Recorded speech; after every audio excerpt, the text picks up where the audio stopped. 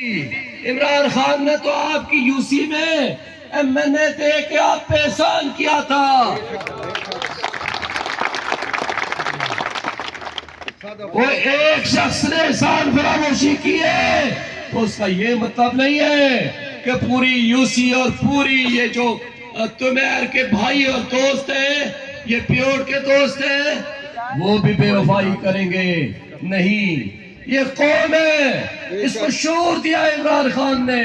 عمران خان کے سپاہی ہیں، حق سچ کے ساتھ کھڑے ہونے والے ہیں، سکے بھائی کے خلاف بھی کھڑے ہو سکتے ہیں.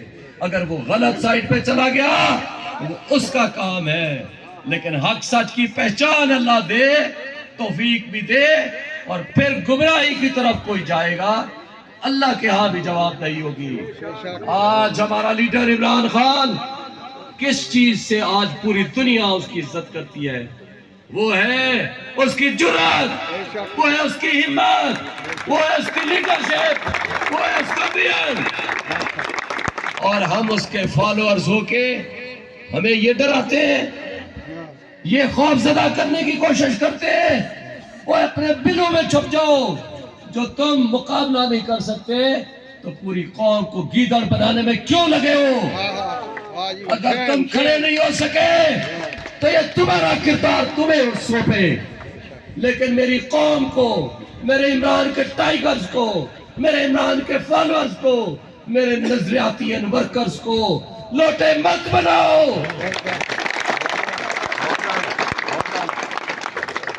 یہ کردار والے لوگ ہیں، اور اللہ کا شکر ہے ہم شریف لوگ ہیں. لیکن شرافت کا مطلب نہ بزدلی ہے نہ بغیرتی ہے. ہم انشاءاللہ غیرت مند لوگ ہیں، ہمیں اپنا حق لینا آتا ہے. یہ عوام کا حق ہے. جمہوریت کا مطلب جمہور کا فیصلہ، جمہور کا مطلب عوام. یہ عوام کا فیصلہ ہوگا کس کو حق حکمرانی دینا ہے. یہ تم بیٹھ کے ڈرائنگ روم میں فیصلہ نہیں کرے گی، یہ پولیس بیٹھ کے فیصلے نہیں کرے گی، یہ کوئی ادارے بیٹھ کے فیصلے نہیں کریں گے. یہ عوام کا حق ہے، عوام فیصلہ کرے گی. اور عوام کا حکمران، دلوں کا حکمران صرف عمران خان ہے. نہ وہ باغی نہ غدار، نہ وہ باغی نہ غدار، نہ وہ باغی نہ غدار.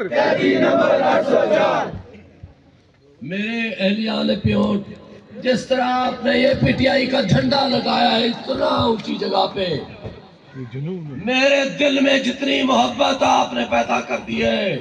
مجھے ڈرایا کرتے تھے کہ پیوٹ کے لوگ تمہارے ساتھ نہیں چلیں گے، ایک بندہ ہے وہ ان کو ہاتھ کے لے جائے گا. میں نے کہا اگر وہ عمران کے فالوورز ہیں، اگر وہ حق سچ کے ساتھی ہیں، وقت بتائے گا کون کس کے ساتھ ہے. اور الحمدللہ میرا چیلنج آج آپ نے سچ ثابت کر دیا، میرے آپ نے دل جیت لیے.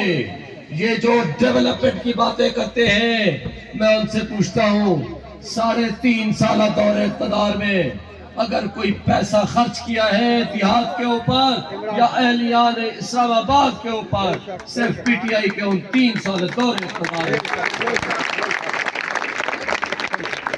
اور اس میں سے 2 سال کورونا کے حدود تھے، لیکن اس کے باوجود سب سے زیادہ وسائل کی تقسیم منصفانہ ہوئی ہے. اور جس طرح عمران خان ایک پاکستان کی بات کرتا ہے، میرا دعویٰ اور وعدہ ہے ایک اسلام آباد.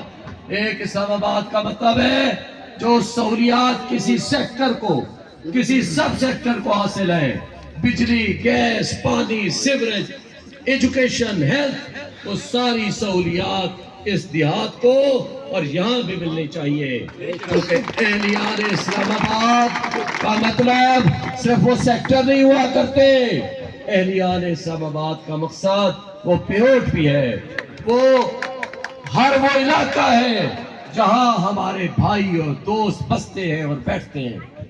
لہذا جو وسائل اور کام ہے، انشاءاللہ میرا آپ سے وعدہ ہے ہم وسائل کی تقسیم انصاف کی بنیاد پر کریں گے، اور آپ کے جو مسائل ہیں ان کے حل میں سب سے آگے ہوں گا۔ لیکن میرے دوستو، آج یہ اقتدار کی جنگ نہیں ہے، آج جہاد کا وقت ہے۔ میرے غریبوں کے اوپر جو ظلم پی ڈی ایم کی جماعتوں نے انہیں 2 سال میں کیے ہیں، مجھے بتائیں عمران خان جو درد دل رکھنے والا شخص تھا، وہ ہیلتھ کارڈ کیوں دیتا تھا کہ غریب آدمی تڑپ تڑپ کے نہ مر جائے؟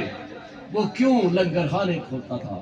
اس شدید سردی میں آج لوگ، وہ بیچارے لنگر خانے والے، وہ پلوں کے نیچے سوتے ہیں۔ آپ دیکھ نہیں سکتے اسلام آباد میں کیا حالت ہو رہی ہے۔ یہ ظالم لوگ، ان کو کوئی احساس نہیں ہے، یہ پیسے ہڑپ کر کے کوئی لندن، کوئی دبئی، کوئی ایون فیلڈ اپارٹمنٹ، کوئی سرے مال خریدنے والے ہیں، اور اس کے مقابل عمران خان کیا بناتا ہے؟ شوکت خانم